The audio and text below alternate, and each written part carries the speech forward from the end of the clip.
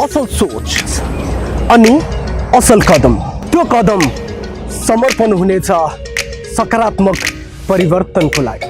नमस्ते, म विकी पुलानी। मकै हाउस अनलाइन टेलिभिजनको यो सिक्रेट बिहाइन्ड दी सक्सेसको अर्को एपिसोडमा हार्दिक स्वागत छ। हरेक मान्छेको आफ्नै किसिमको अनुभव हुन्छन्। लाइफको गोल एचिभमेन्ट गर्नको लागि मानिसहरू जुनसुकैसम्मको भनौँ जुनसुकै हदसम्म पनि सङ्घर्ष अनि दुःख गर्नको लागि पछि पर्दैनन्। तर यहाँ कुरा त अझ एउटा व्यक्तिको सपना भन्दा पनि एउटा राष्ट्रको सपना साकार पार्नको लागि हिँडेका एकजना योद्धाको कुरा हो, जसले आफ्नो व्यक्तिगत आराम, आफ्नो व्यक्तिगत इच्छा चाहनाको कहिले पनि कुरा गरेन। सदैव राष्ट्र कसरी सबल हुन सक्छ, राष्ट्रले यो 21औं शताब्दीमा पाइला चाल्दै गर्दा अथवा फड्को मार्दै गर्दा एउटा इनोभेटिभ वेमा राष्ट्रमा कसरी विभिन्न किसिमको नयाँ नयाँ कार्यहरू गर्न सक्छ भन्ने त्यो सपना साकार पार्न हिँडेका एकजना योद्धा अनि सबैले बुझ्ने भाषामा भनौँ राष्ट्रिय आविष्कार केन्द्रका संस्थापक डाक्टर महावीर पुन आज हामीसँग हुनुहुन्छ। आज हामीसँग उहाँको नितान्त व्यक्तिगत कुराकानी र एउटा व्यक्ति जीवनमा सफल हुनका लागि कस्तो कस्तो किसिमको सङ्घर्षहरू गर्नुपर्छ र त्योभन्दा पनि मूल मन्त्र के अँगालेर हिँड्यो भने चाहिँ सफल हुन सक्छ त भन्ने बारे हामी कुराकानी गर्नेछौँ। आउनुहोस् स्वागत गरौँ डाक्टर महावीर पुनज्यूलाई। महावीर सर, तपाईँलाई कार्यक्रममा स्वागत छ। नमस्कार सर। जस्तो तपाईँ अहिले एउटा सपना, त्यो सपना पनि सम्पूर्ण नेपालीहरूको सपना अनि त्यो सपना एउटा सबल राष्ट्र निर्माणको लागि समर्पित हुने सपनाको प्राप्तिको निमित्त अहिले तपाईँ अमेरिका भ्रमणमा हुनुहुन्छ। हामी कार्यक्रमको डिपमा हामी प्रवेश त गर्नेछौँ। यो अलिकति भ्रमणबारे बताइदिनुहोस् न। पहिलो कुरा त यो सपना चाहिँ राष्ट्रलाई समर्पित गरेको भन्ने जो कुरा छ, आफ्नो समय, त्यो समय भन्ने कस्तो चिज हो भने त्यो खर्च गरे पनि सिद्धिन्छ, खर्च नगरे पनि सिद्धिन्छ। यदि पैसा हो भने पैसा चाहिँ खर्च गरेन भने बच्छ, खर्च गरे भने सिद्धिन्छ। तर समय भन्ने चिज तपाईले पैसा के अरे खर्च गर्नुहोस् अथवा नगर्नुहोस्, त्यो तपाईको जिन्दगी त्यो आफै सिद्धिन्छ। जिन्दगीको समय जो छ त्यो आफै सिद्धिन्छ। त्यसकारणले मैले गर्न खोजेको कुरा के हो भने मेरो जिन्दगीको जो समय छ त्यो समय सिद्ध्याउन खोजेको हो। भनेको मलाई चाहिँ मैले यसलाई के भन्छु भने जे कुराहरू गरिरहेको छु मैले आफूले एकदमै यत्रो नाक बनाएर राष्ट्रको लागि गरिरहेको छु, जनताको लागि गरिरहेको छु भन्न म भन्न चाहन्न। यो एउटा समय छ, मेरो आफ्नो एउटा जीवन बिताउने समय छ, त्यसलाई चाहिँ बिताउने एउटा उपाय चाहिँ मैले गरिरहेको छु। त्यसलाई चाहिँ यसो भन्दाखेरि टाइम पास गरेको छु भने हुन्छ। मान्छेले भन्छ नि केही गरेको छ भनेदेखि केही गरेको छैन, टाइम पास गरेको छ भन्छ। त्यो भयो कुरा। पहिलो कुरा समयको जहाँसम्म कुरा छ र अहिलेको अमेरिका भ्रमणको जो कुरा छ त्यो पनि यसै हेर्दाखेरि अब झन्नै म 1 महिना 15 दिन जति यो अमेरिकामा घुम्ने छु र यो क्रममा 28 वटा राज्यहरूको झन्नै 52 वटा सिटीहरूमा, सहरहरूमा पुगेर यस्ता किसिमका भेटघाटको कार्यक्रमहरू गरिरहेको छु। र यो यसैको लागि भनेर म आएको चाहिँ होइन। अमेरिकामा गएर विभिन्न सिटीहरूमा, विभिन्न राज्यहरूमा दाजुभाइ दिदीबहिनीहरूसँग भेटौँला भन्ने किसिमले त्यो योजना बनाएर चाहिँ आएको होइन। वास्तवमा म आउनेको कारण के थियो भने एउटा प्रोफेसर हुनुहुन्थ्यो जसले चाहिँ म जस्तो एउटा साधारण व्यक्तिलाई जसले चाहिँ अमेरिकामा आएर पढ्ने कुनै चान्सै थिएन, जसको एउटा सपना जस्तो थियो। र त्यो प्रोफेसरले चाहिँ मलाई अमेरिकामा पढ्ने एउटा मौका दिनुभयो। एकदमै राम्रोसँग पढ्ने मौका पाएँ मैले अमेरिकामा। अनि अमेरिकामा पढेर नेपाल गइसकेपछि पनि उहाँले चाहिँ निरन्तर रूपमा मलाई चाहिँ आफू सक्दो सहयोग गर्नुभयो र नेपालमा बसेर केही कामहरू गर्न ढुक्क भएर काम गर्न सकेँ। अब त्यो प्रोफेसरको मृत्यु भएको हुनाले त्यो प्रोफेसरको मृत्युको यो उनीहरूको जो संस्कार छ कि मेमोरियल सर्भिस भन्ने एउटा संस्कार छ सम्झिने दिन, त्यो मेमोरियल सर्भिसमा चाहिँ एटेन्ड गर्न आएको हो। किनभने त्यो प्रोफेसर यदि नभएको भए अहिलेको जो महावीर पुन छु म, त्यो महावीर पुन पक्कै पनि हुने थिएन होला। यो चाहिँ मैले योभन्दा अगाडि पनि भनिरहेको थियो। र त्यो कारणले गर्दाखेरि त्यो मेमोरियल सर्भिसमा अब जिउँदो त भेट्न सकिएन। अब सबैले सम्झिने एउटा मेमोरियल सर्भिस छ, त्यो चाहिँ उनीहरूको परिवारहरू मिलेर सम्झिने र उनको पनि छोराहरू छन् र उनीहरूसँग मिलेर एउटा सम्झिनेको एउटा दिन थियो। त्यसैको लागि आउँछु भनेर म चाहिँ योजना बनाएर आएको हो।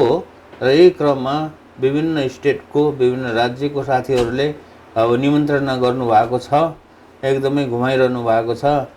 त्यसको लागि पनि यो एउटा टाइम पास नै भएको छ। किनभने म नेपालमा बसेर चाहिँ राष्ट्रिय आविष्कार केन्द्रमा बसेर पनि टाइम पास भइहाल्थ्यो, अथवा केही गरे पनि टाइम पास भइहाल्थ्यो। अहिले घुमेर पनि टाइम पास भएको छ, समय बितेको छ। यो क्रममा चाहिँ म अहिले घुमेको कारण र मुख्य कुरो चाहिँ त्यो हो। र यसरी घुम्ने क्रममा मौका मिलेको समयमा राष्ट्रिय आविष्कार केन्द्रले गर्न खोजेको कुरा के हो भन्ने कुराहरू कतिलाई थाहा होला, कतिलाई थाहा नहोला।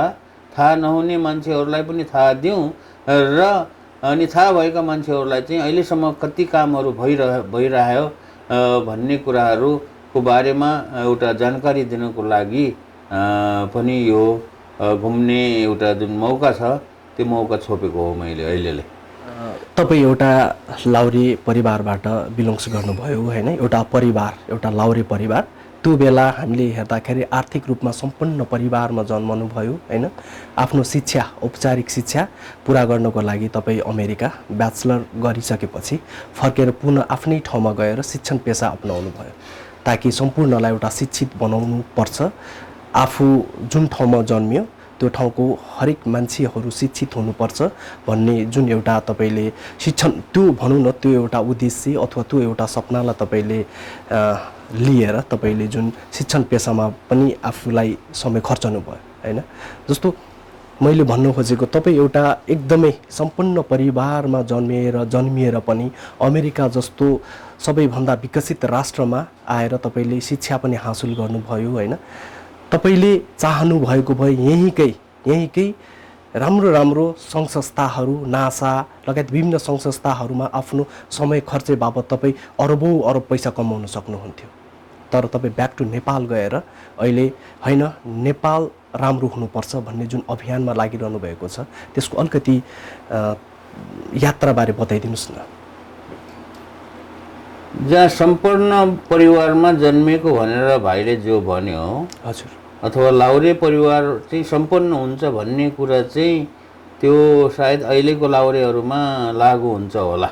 हजुर, किनभने अहिलेको हाम्रो ब्रिटिस आर्मीमा भर्ती हुने, इन्डियन आर्मीमा भर्ती हुने लाउरेहरू अहिलेको चाहिँ जो होस् निकै नै उनीहरू चाहिँ आर्थिक हिसाबले उनीहरू केही दरिलो हुन्छ।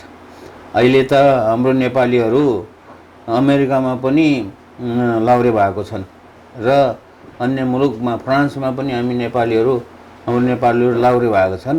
र वास्तवमा यो लाउरे बन्ने भनेको सम्पन्न हुने भनेर बनेको चाहिँ अथवा एउटा रोजगारीको लागि भएको कुरा हो। र अहिले मैले भने कि सम्पन्न भनेको अहिलेको लाउरेहरू सम्पन्नै त भन्न मिल्दैन तिनीहरूलाई, जो उनीहरूको राम्रो रोजगारी छ अहिलेको कुरा।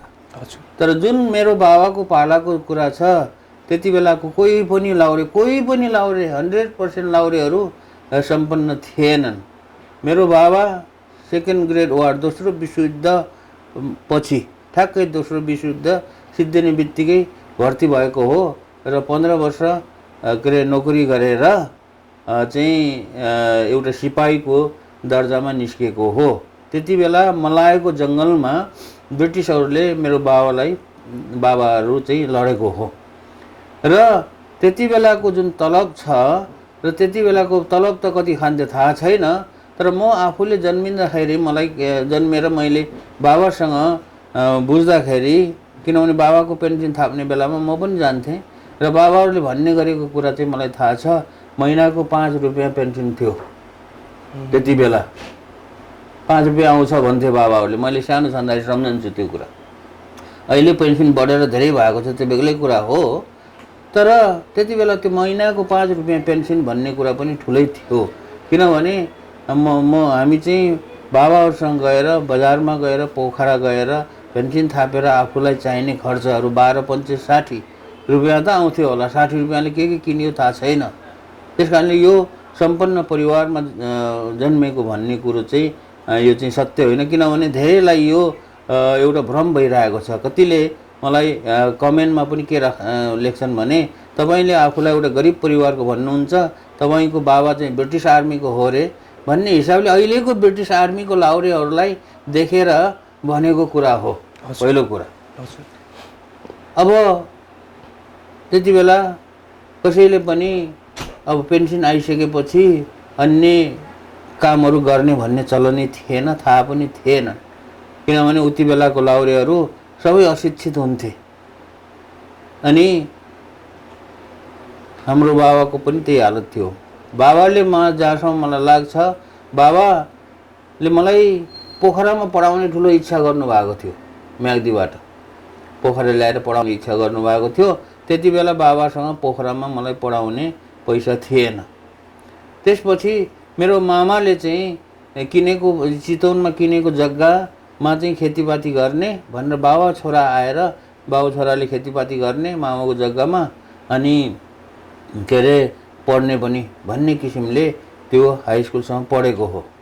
र हाई स्कुल पढिसकेपछि त्यति बेलाको आइएससी भनिन्थ्यो 11 र 12 पढ्नको लागि बाबाले चाहिँ दुःख गरेर चाहिँ मलाई काठमाडौँ पठाउनु भयो। काठमाडौँ पठाउँदाखेरि मलाई थाहा छ कि बाबाले मलायाबाट ल्याएको सुन त्यति बेला 150 रुपियाँ तोलामा बेचेको मलाई थाहा छ। 150 रुपियाँ तोलामा अब कति सुन थियो के थियो र तिनीहरू बेचेर चाहिँ मलाई चाहिँ जो 2 वर्ष चाहिँ मैले काठमाडौँमा पढेँ, दिनदिन पढेँ। तर उति बेलाको काठमाडौँमा चाहिँ 30-40 रुपियाँ भयो भने काठमाडौँमा मजासँग डेरा भाडा लिएर पढ्न पाइन्थ्यो महिनामा खर्च, पुरा सम्पूर्ण खर्च। अब त्यति गर्दाखेरि पनि त्यो खर्च चाहिँ पुर्याउन नसकेको धौ भएको कुरा र सुन पनि बेच्न सकेको कुरा मलाई थाहा छ। त्यही भएर मैले चाहिँ 11 र 12 अथवा यो आइएससी लेभलको त्यतिसम्म पढेर हाई स्कुल लेभलको अहिलेको हाई स्कुल लेभल पढेर मैले चाहिँ त्योभन्दा अगाडि पढ्न मानिनँ। बुवाले चाहिँ अझै पनि दुःख गरेर चाहिँ मलाई पढाउने भन्नुभएको थियो। म आफू नै मानिनँ, किनभने काठमाडौँमा खर्चले पुग्दैन, खर्च नभयो भने दुःख हुन्छ भन्ने कुरा मैले चाहिँ अनुभव गरिसकेको हुनाले मैले चाहिँ कलेज पढ्नु पाएन। त्यसपछि ब्याचलर्स लेभलको पढ्नु पाएन, सकिनँ भनौँ न, पढिनँ। पढाएको भए त बाबाले दुःख गर्थे होला, तर म आफू चाहिँ बाबालाई चाहिँ त्यो दुःख दिन चाहन्नथेँ। त्यस कारणले म चाहिँ शिक्षक भएर काम गरेको हो। र यसरी शिक्षक भएर मैले चाहिँ गरेको जुन कुरा छ, मैले आफ्नो भाइ बहिनीहरूलाई, मेरो चाहिँ 2टा भाइ अनि 3वटा बहिनीहरूमा एउटा बहिनीले चाहिँ पढेन, तर 2टा बहिनी र 2टा भाइलाई चाहिँ मैले एउटा जागिर गरेर कमाएको पैसाले चाहिँ उनीहरूलाई चाहिँ मैले पढाएकै हो। अनि उनीहरूलाई पढाउने काम सिद्धिएपछि बल्ल मेरो चाहिँ एउटा घटनाक्रमले म अमेरिका आउन खोजेँ र त्यही क्रममा चाहिँ त्यो जुन प्रोफेसर छ प्रोफेसरले चाहिँ एकदमै चाहिँ सहयोग गरेको हुनाले म चाहिँ अमेरिका आउन सकेको हो र त्यसैको मेमोरियल सर्भिसमा म आएको हो। त्यस कारणले यो कुरा पनि धेरैलाई थाहा छैन। यो कुरा चाहिँ म कतिको सम्पन्न परिवारबाट आएको हो अनि कस्तो थियो भन्ने कुराहरू थाहा छैन। त्यस कारणले यो कुरा पनि जानकारी गराउन चाहन्छु। अब रह्यो अमेरिकाबाट फर्केर जाने, अमेरिकामा किन बसेन भन्ने कुराहरू, त्यति बेला म चाहिँ अमेरिकाबाट नेपालमा गएर यस्ता किसिमका अहिले जो कामहरू गरेँ अहिलेसम्मको, त्यो अमेरिकाबाट फर्केर गएको पनि 30 वर्ष भयो। 30 वर्षको अवधिमा जे कामहरू गरियो र अहिलेसम्म जे कामहरू गर्छु, त्यति बेला त्यो यी कामहरू गर्छु भनेर गएको पनि होइन। म वास्तवमा 1-2 वर्ष यसो डुल्नको लागि भनेर गएको मान्छे हो। किनभने नेपालमा गएर के गर्न सकिन्छ भन्ने कुरो मलाई पटक्कै केही पनि थाहा थिएन। मसँग पैसा पनि थिएन, आइडिया पनि थिएन। तर गाउँमा गएर चाहिँ अचानक अब एउटा कुराले चाहिँ मलाई त्यहाँ अल्झायो। त्यो कुरा के थियो भने मेरो आफ्नो म्याग्दीको नाङ्गी भन्ने जुन गाउँ छ, त्यो गाउँमा जुन स्कुलमा मिडल स्कुलसम्म पढेको थिएँ, त्यो स्कुल म 25 वर्षपछि फर्केर जाँदाखेरि पनि मिडल स्कुल नै थियो। 25 भन्दा पनि अलि 26-27 वर्षपछि फर्केर जाँदाखेरि पनि मिडल स्कुल नै थियो र त्यसमा खास चेन्ज आएको थिएन। त्यति बेलासम्म त्यो हाई स्कुल नजिकमा हाई स्कुलहरू थिएनन् रहन्छ। त्यस कारणले त्यो नजिकमा हाई स्कुलहरू नभएको हुनाले गाउँको बालबालिकाहरू मिडल स्कुल पढिसकेपछि त्यो हाई स्कुल पढ्नेहरू ज्यादै थोरै रहेछन्, फट्टफुट्ट मात्र रहेछन् र गाउँलेहरूले हाई स्कुल बनाउन प्रयास पनि गरेका रहेछन्। तर अब नजानेर नसकेर हाई स्कुल चाहिँ सञ्चालन नगरेको रहेछन्। अब यस किसिमले म चाहिँ अमेरिकाबाट फर्केर जाने बित्तिकै गाउँलेहरूलाई एउटा हौसला जस्तो आएछ र उनीहरूले चाहिँ भने कि ल गाउँमा हाई स्कुल स्थापना गर्नको लागि सहयोग गर्नु पर्यो भने मैले पनि हुन्छ, मैले जे जति गर्न सकिन्छ पढाउन सक्छु अनि मलाई चाहिँ तलब दिनु पर्दैन, म एउटा भोलिन्टियरको रूपमा चाहिँ पढाउँछु भन्ने हिसाबले चाहिँ मैले त्यहाँ बस्न निर्णय गरेँ। अनि त्यसपछि अहिलेसम्म जे कुराहरू गरिरहेको छौँ, गरेँ भन्ने कुराहरू जो मिडियाहरूमा आइरहेको छ, त्यो कुराहरू त्यसपछि मात्रै सुरु भएको कुरा हो। त्यो सबै चिजहरू समय क्रममा यो काम बसेर काम गर्दै जाँदाखेरि गाउँलेहरूसँग नै मिलेर म आफूले चाहिँ त्यसमा के अरे चाहिँ अग्रपङ्क्तिमा बसेर अनि त्यो काम गरेको होइन, गाउँलेहरूले नै गरिरहेको कामलाई म पछाडिबाट चाहिँ सहयोग गर्दै जाने क्रममा अब यो 2-4 वर्षको लागि 1-2 वर्ष बसेर आउँछु भन्ने को मान्छे अहिलेसम्म पनि त्यहाँ बसेर अनि अहिले जो विभिन्न कामहरू छ त्यो चाहिँ अनुभवले के गर्दाखेरि चाहिँ गाउँलेहरूलाई सहयोग हुन्छ भन्ने कुराहरूमा लागेर अहिले पछिल्लो क्रममा चाहिँ देशलाई चाहिँ एउटा गरिबीको जुन महामारी छ, त्यो गरिबीको महामारीबाट बचाउनको लागि के गर्नुपर्छ भन्ने एउटा कन्सेप्ट आयो। त्यो कन्सेप्ट भनेको राष्ट्रिय आविष्कार केन्द्रको कन्सेप्ट हो र यो कन्सेप्ट आएको हुनाले अहिले चाहिँ त्यसमा लागेको कारण चाहिँ त्यो हो। त्यस कारणले यो जति पनि कामहरू गरिरहेको छौँ, मैले चाहिँ त्यहाँ गरिरहेको कामहरू यो चाहिँ यो एकैचोटि जानेर गरेको काम होइन, चाहिँ बिस्तारै अनुभवको आधारमा गरेको कामहरू हो।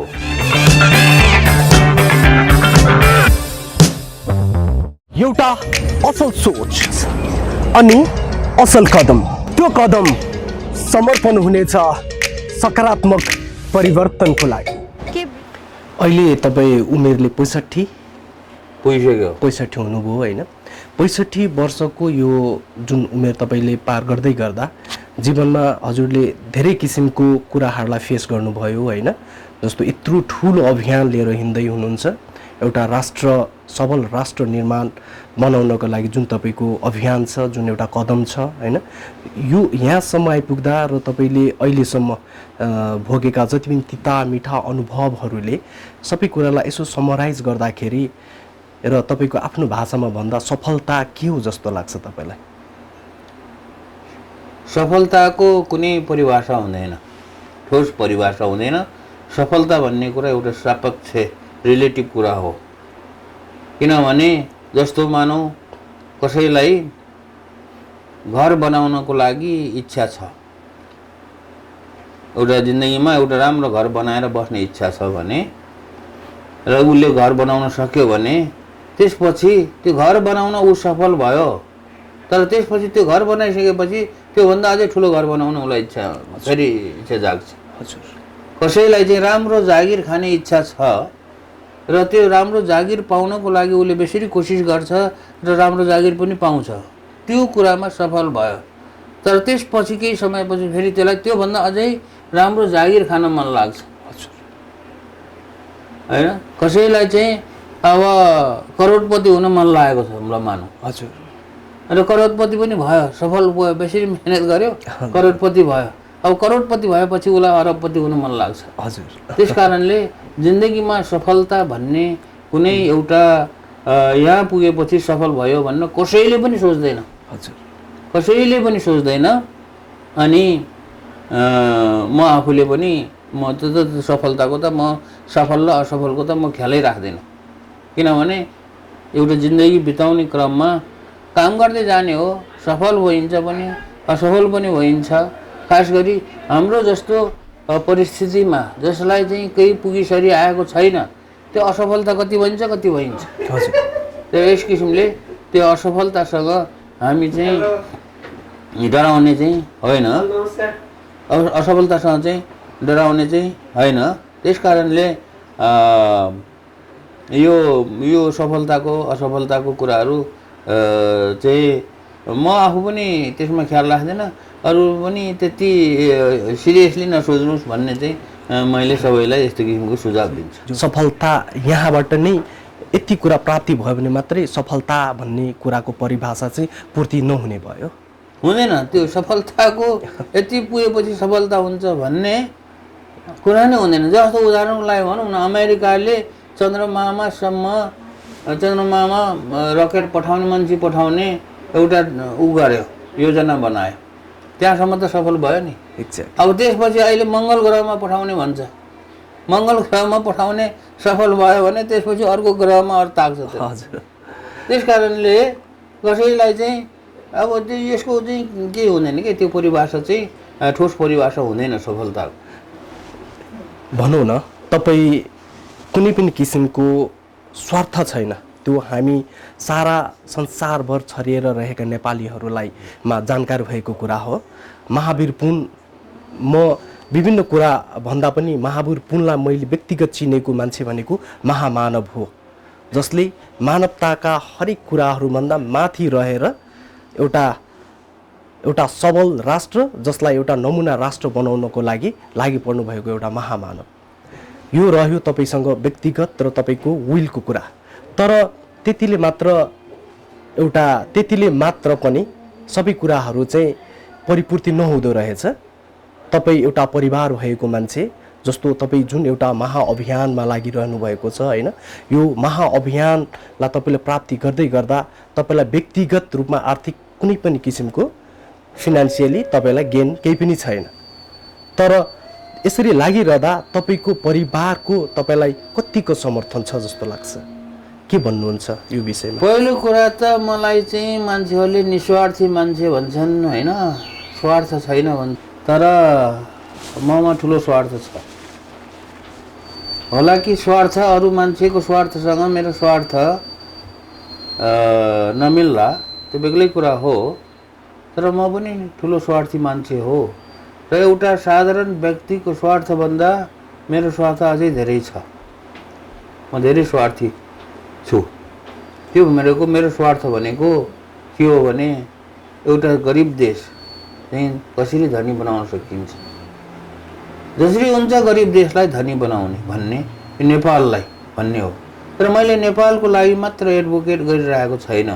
अहिले यो राष्ट्रिय आविष्कार केन्द्रको जो अभियान छ त्यो भनेको अभियान भनेको आर्थिक रूपमा नेपाललाई कसरी चाहिँ समृद्धि बनाउन सकिन्छ भन्ने त त्यो मेरो स्वार्थ हो।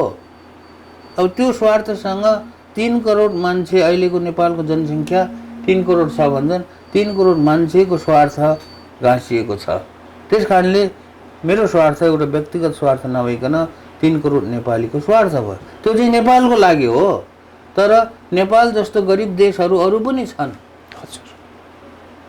र अरू देशहरूलाई पनि कसरी चाहिँ उनीहरूको चाहिँ विकास गर्न सकिन्छ होला भन्ने त्यसको चाहिँ मूल मन्त्र चाहिँ मैले यस्ता किसिमका अनुसन्धान आविष्कारका कामहरू चाहिँ गरी अरू अन्य देशहरूमा पनि चलोस् भन्ने किसिमको र ती गरिब देशहरू पनि अब अलिकति समृद्धि हुन्, अहिलेको स्तरबाट माथि आउन् भन्ने चाहिँ मेरो स्वार्थ हो।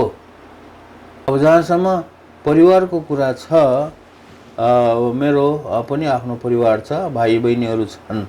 अब उनीहरू हुर्के आफ्नो आफ्नै उसमा लागेका छन्। मेरो आफ्नै श्रीमती र 2टा छोरीहरू छन् र उनीहरूलाई चाहिँ पनि कोही दुःख छैन। उनीहरूलाई एउटा अभिभावकको हिसाबले गर्नुपर्ने कर्तव्यहरू मैले चाहिँ पूर्ण रूपमा हेरिरहेको छु र त्यसको लागि मैले त के हेर्नु छ र, किनभने मैले जिन्दगीमा यो 30 वर्ष गएको 30 वर्षमा 1 रुपियाँ पनि कमाएको छैन, कुनै व्यवसाय गरेर कुनै जागिर गरेर। तर मेरो परिवारलाई हेर्दिने मेरा एकदमै साथीहरू छन्, निकटका साथीहरू छन्। उनीहरूले गर्दाखेरि मेरो परिवारले पनि दुःख पाएको छैन अथवा परिवारलाई चाहिँ मैले त्यत्तिकै चाहिँ के अरे दुःख दिएको छैन। त्यस कारणले परिवार पनि परिवारको तर्फबाट पाउनुपर्ने जो सहयोग हो त्यो सहयोगहरू चाहिँ पूर्ण रूपमा पाइएकै छ। त्यसमा चाहिँ केही चिन्ता छैन। बेला बेलामा पत्रकारहरूले भनिरहेको छन् अथवा अन्तर्क्रिया कामहरू गर्दाखेरि मान्छेहरूले सोध्छन् तपाईँले चाहिँ परिवारलाई पनि हेर्नु पर्यो भन्छन्। अनि किनभने उनीहरूलाई विश्वास लाग्दैन म डुलिरहेको छु, यसले परिवारलाई हेरेको छैन र परिवार दुःख पाएको छ भनेर सोध्छन् मान्छेहरूले अन्तर्क्रिया कार्यक्रम गर्दाखेरि। मैले चाहिँ भन्छु यदि विश्वास लाग्दैन भने मेरो परिवारको, मेरो छोरीहरूको, मेरो श्रीमतीको फोन नम्बर दिन्छु अनि सोध्नु, आफैले सोध्नु, अनि दुःख पाएको छैन आफैले थाहा पाए हुन्छ भनेर मैले भन्ने गरेको पनि छु। जुन एउटा अभियान तपाईँले चालिरहनु भएको छ होइन, यो अभियानको सुरुवात गरेको केही समयमा नै नेपाल सरकारले इनिसिएट लिएर तपाईँको कामलाई पूर्ण समर्थन र यो इनिसिएसन चाहिँ उहाँहरूले लिनुपर्ने हो। तर अहिलेसम्म त्यस्तो देखिएको छैन होइन। तपाईँलाई कतिको सहज भइरहेको छ नेपाल सरकारसँग यसरी यो तपाईँको जुन सारा 3 करोड नेपाली र राष्ट्रको जुन अभियान छ त्यो अभियान सफल बनाउनको लागि? सहज त भइरहेको छ, खै अहिलेसम्म दुःख पाएको छैन होइन। अनि त्यति समस्या छैन। समस्या भनेको चाहिँ के हो भन्दाखेरि अब नेपालको नेपाली समाजमा यस किसिमले अनुसन्धान गर्ने, कुनै चिजहरू बनाउने, उद्यमी बन्ने भन्ने किसिमको एउटा संस्कार नभएको हुनाले यो नयाँ संस्कारको विकास गर्नु परेको छ। हो त्यो नयाँ संस्कारको विकास गर्ने भनेको सजिलो काम होइन।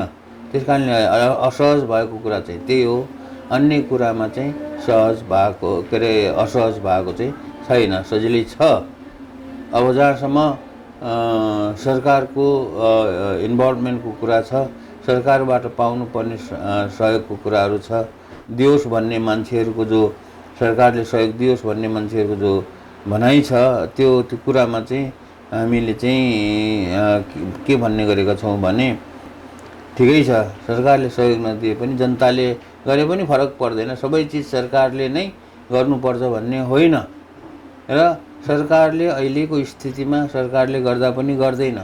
किनभने कुनै काम गर्नको लागि कोही मान्छेको दिमागमा हुनुपर्छ।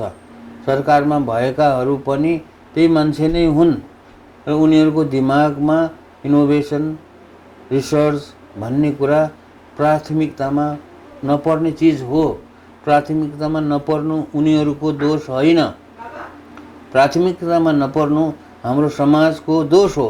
किनभने हाम्रो समाजमा यो जुन संस्कार छ, रिसर्च इनोभेसन गर्ने, मान्छेहरूलाई चाहिँ उद्यमी बनाउने भन्ने किसिमको संस्कार नभएको हुनाले र त्यही समाजमा हुर्केर उनीहरूले चाहिँ सरकार बनायो, कोही प्रधानमन्त्री बन्यो, कोही मन्त्री बन्यो, कोही चाहिँ सांसद बन्यो, कोही चाहिँ सचिव बने भनौँ न, उनीहरू सबै त्यही यही समाजबाट, संस्कार रहित समाज भनेको इनोभेसन, आविष्कार, उद्यमी बनाउने बन्ने किसिमको संस्कार नभएको समाजबाट हुर्केर माथि गएको हुनाले उनीहरूको दिमागमा नआएको कारण पनि त्यो हो।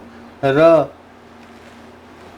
यस्तो कुराहरूमा चाहिँ सबैभन्दा चाहिँ गर्नुपर्ने कुरा के छ भने अहिले हामीले चाहिँ एउटा संस्कार बसाल्नुपर्छ।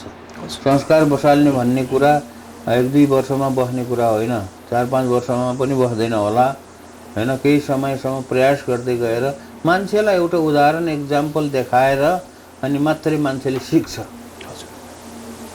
जस्तो उदाहरणको लागि 2046 साल 39-40 सालतिर कोही पनि विदेश जाने संस्कार थिएन नि। हजुर हैन, हजुर। नेपालीहरू विदेशमा गएर यसरी अहिले जस्तो चाहिँ रोजगारी गर्ने भन्ने संस्कार थिएन। हजुर, त्यो त आजभन्दा 30 वर्ष अगाडिको कुरा भयो। हजुर। तर बिस्तारै बिस्तारै के भयो, फाटफुट्ट मान्छेहरू जान थाले, विदेशमा जान थाले, एउटा दुईटाहरू जान थाले। अनि जाँदै जाँदै गर्दाखेरि सबै अहिले चाहिँ युवाहरू, सम्पूर्ण युवाहरू विदेशमा रोजगारीको लागि बाध्य भएर जाने चाहिँ एउटा संस्कार बसेको छ। हजुर। अब सुरुमा तपाईँले भन्नुभएको थियो लाउरे हुने संस्कार, त्यो पनि एउटा संस्कार हो। किनभने प्रथम विश्वयुद्धको समयमा, दोस्रो विश्वयुद्धको समयमा रोजगारीको कुनै पनि उ थिएन। अनि त्यो विदेशमा गएर चाहिँ त्यहाँ लाउरे भयो भने अलिकति पैसा आउँछ, जागिर हुन्छ, पेन्सन आउँछ भन्ने किसिमको संस्कार बसेको हो नि। हजुर। त्यो पनि धेरै वर्ष लाएर बसेको संस्कार हो। हजुर, हजुर। अहिले जोसुकै पनि विदेशमा जाने भन्ने जुन छ संस्कार छ, त्यो पनि निकै वर्ष लाएर बसेको संस्कार हो। हजुर। अब यस्तो किसिमको संस्कार नेपालमा भएन। के भएन? संस्कार भएन भने अनुसन्धान आविष्कार गरेर कुनै वस्तु निकालेर त्यसबाट चाहिँ प्रोडक्ट बनाएर, कुनै वस्तु बनाएर त्यसलाई चाहिँ व्यापार गरेर उद्यमी बन्ने भन्ने किसिमको संस्कार नभएको हुनाले चाहिँ यो नभएको हो। अब अहिले राष्ट्रिय आविष्कार केन्द्रले यो संस्कार बसाल्न खोजिरहेको छ। महावीर सर, हामी कार्यक्रमको अन्त्यमा आइसकेका छौँ। कार्यक्रमको अन्त्यमा जाँदा जाँदै म 2वटा प्रश्न अरू राख्नेछु हजुरसँग। जस्तो एउटा प्रश्न, यो लामो समय जुन तपाईँले विभिन्न क्रियाकलापमा खर्चनुभयो, भनौँ न हजुरको भाषामा भन्दाखेरि जुन एउटा समय थियो, त्यो समयलाई तपाईँले पास गर्नुभयो, विभिन्न किसिमको क्रिएटिभ वेमा लगाएर होस्, चाहे विभिन्न किसिमको पुण्य काममा होस्, चाहे तपाईँको आफ्नो व्यक्तिगत परिपूर्तिको लागि भनौँ, विभिन्न कुराको परिपूर्तिको लागि यो समयसम्म आउँदाखेरि तपाईँले सबैभन्दा तितो अनुभव सँगाल्नु भएको तितो अनुभव र मिठो अनुभव बारे छोटकरीमा बताइदिनुहोस् न। हुँदैन, कुनै पनि घटना तितो पनि हुँदैन, मिठो पनि हुँदैन मेरो लागि चाहिँ। किनभने अब यो जिन्दगीलाई चाहिँ तितो र मिठो भन्ने किसिमले सोचाइ गर्ने हो भने त्यो दिमागको कुरा भयो क्या। हजुर। अब त्यो कुरालाई चाहिँ कसैले कुनै दुःख पायो भने तितो घटना भन्ने हुन्छ, सुख पायो भने मिठो घटना भन्ने हुन्छ, रमाइलो भयो भने मिठो घटना भन्ने हुन्छ। मेरो आफ्नो दिमागले म त्यस्तो कुराहरू सोच्दिनँ। त्यस कारणले यदि सोचेन भनेदेखि त्यो तितो र मिठो भन्ने कुराहरू दिमागमा हुँदैन। त्यस कारणले मेरो लागि चाहिँ, होइन अरूको लागि होला, अरूको लागि चाहिँ कसैको लागि तितो घटनाहरू पनि होला, कसैको लागि मिठो घटनाहरू पनि सम्झिन्छ होला। तर म चाहिँ कुन मिठो कुन तितो भन्ने कुराहरू म चाहिँ ख्यालै गर्दिनँ। ख्यालै नगरेपछि दिमागमै आउँदैन, दिमागमा नआएपछि त्यसले केही असर गर्दैन। कार्यक्रमको अन्त्यमा अब अन्तिम प्रश्न, सानो देश, जनसङ्ख्या 3 करोड, तर पनि सबैभन्दा धेरै युवा जनशक्ति भएको राष्ट्र नेपाल, जो नेपाल विकास हुनुपर्छ र महामानव महावीर पुन ज्यू जस्तो मान्छेहरू अझै पनि आउनुपर्छ र उहाँले चाल्नु भएको जुन एउटा महाअभियान छ यो अभियान हामी सबैजनाले एकत्रित भएर लाग्नुपर्छ।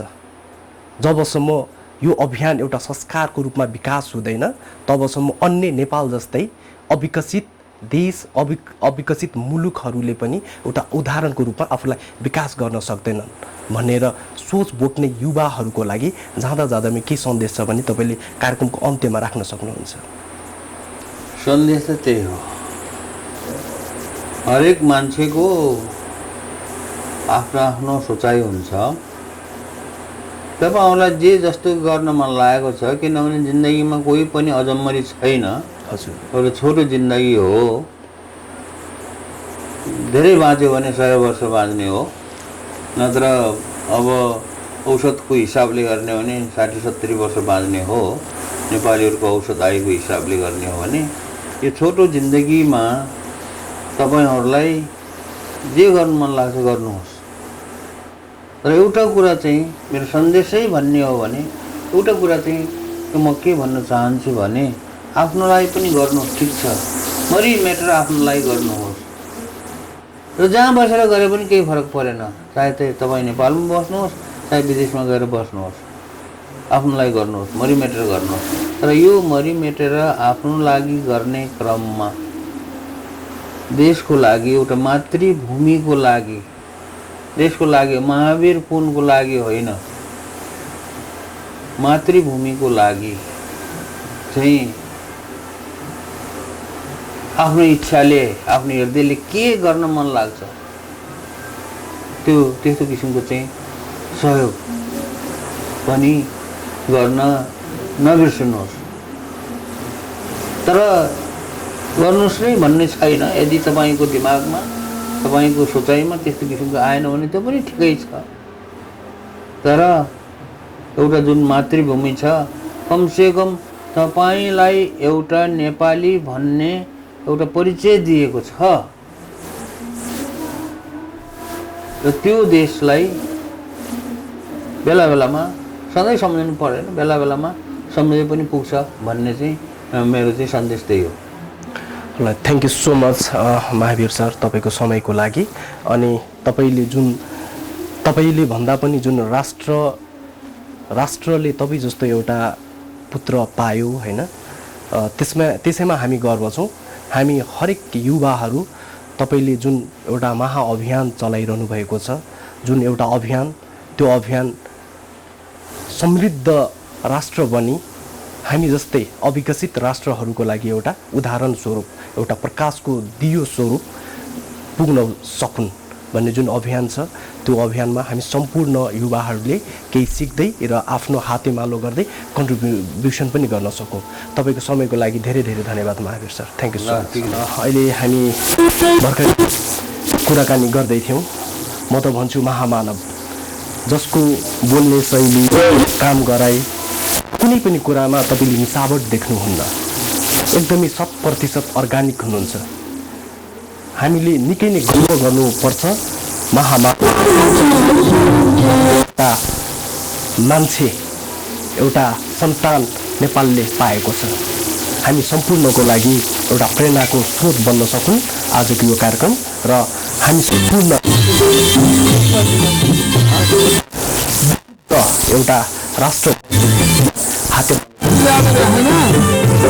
आजको यो म बिकी पुलामी पनि बिदा लिन चाहन्छु। स्वस्थ रहनुहोस्, खुसी रहनुहोस्। हस्त, नमस्ते, शुभ दिन, शुभरात्रि।